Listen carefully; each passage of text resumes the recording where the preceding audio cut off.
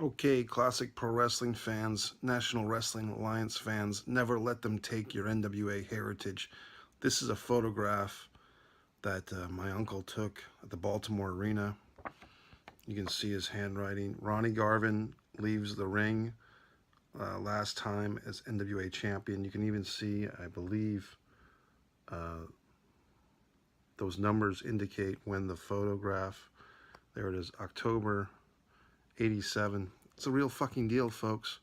So from what I understand, that was October 13th, 1987, Baltimore Arena, the show main event.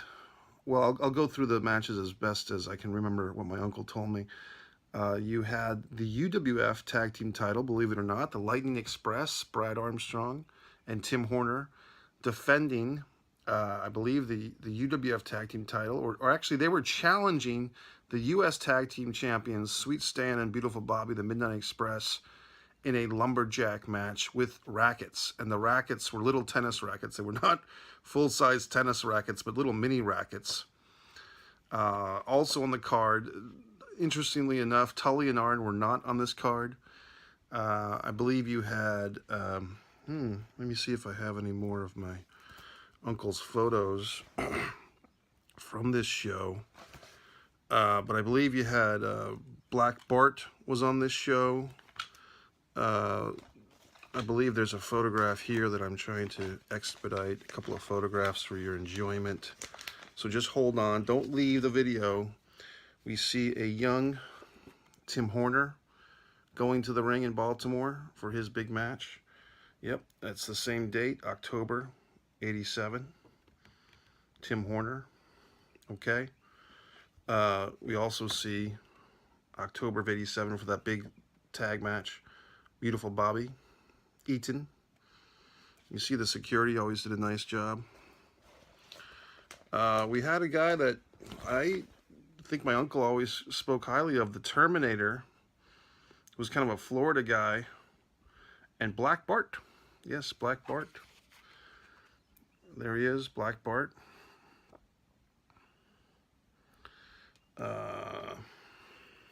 Very exciting. Let's see what else. So I think also on this card, really trying to get this straight, but I think you had, I'm going to rescind what I said. Tully and Arn were on the show, and they fought the Rock and Roll Express in a tag team title rematch. As a matter of fact, you can see this labeled Ricky Morton. And there he is, Ricky Morton going to the ring. You see the bandaged shoulder and arm coming off that NWA tag team title loss. You see the fans so enthusiastic. Look at the fans. Look at the fans, just so enthused, looking for the handshake, so excited. Now you see, after the match, after the Tully and Arn treatment, this is titled Morton in Agony. Morton in Agony. So you see Ricky Morton leaving in agony. Let's see what else we got. I'm showing you some very exclusive photographs. I'm not even sure if you folks appreciate the full value of these photographs. Mike Messier YouTube channel, plenty of pro wrestling rants and so forth and so on. My uncle Mike telling me, oh, look at that, Tully fucking Blanchard, folks. Real fucking deal. My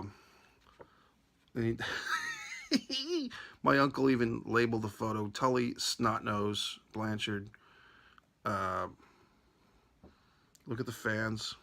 Look at Tully wiping the snot from his nose after a successful title defense.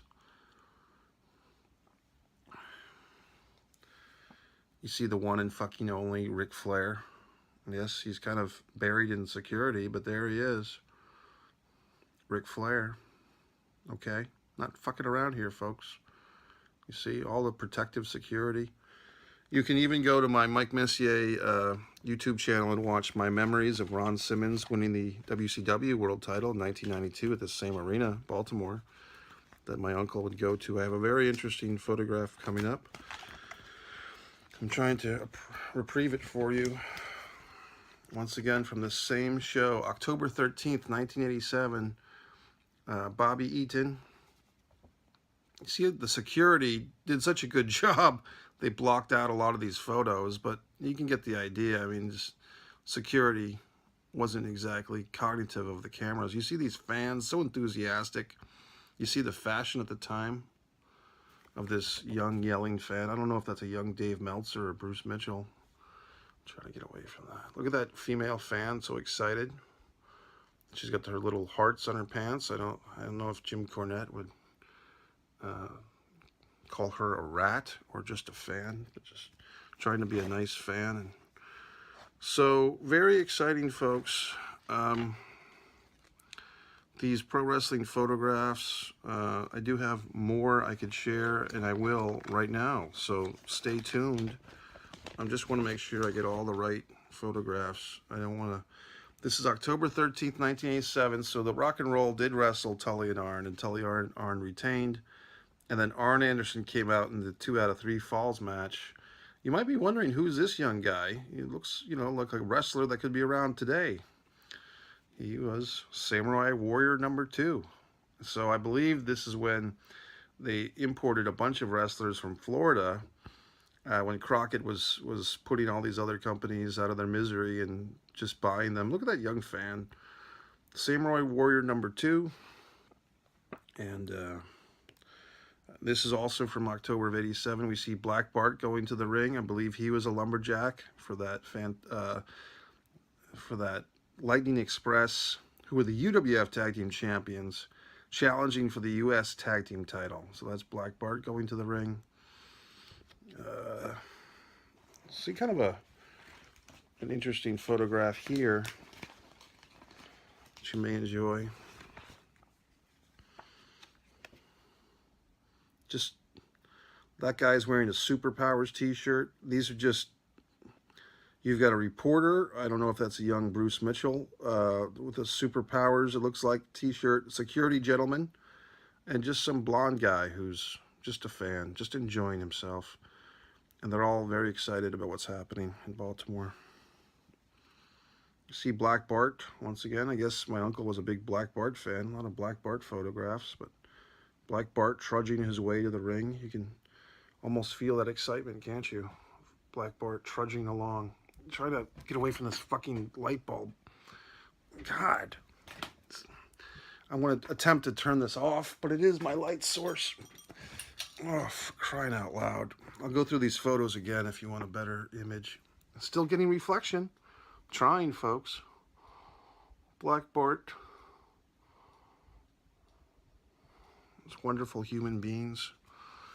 I do have some more photos. I really enjoy sharing them with you. I hope all the old school wrestling fans are enjoying this, and perhaps the young wrestling fans who might have found this video and might be wondering, oh, well, where's the pyro? Where's the sound stage? Where's the screens? Or we didn't have that shit. We didn't need it, okay? This is real goddamned wrestling. This looks like Samurai Warrior #1. Young fans are very excited for Samurai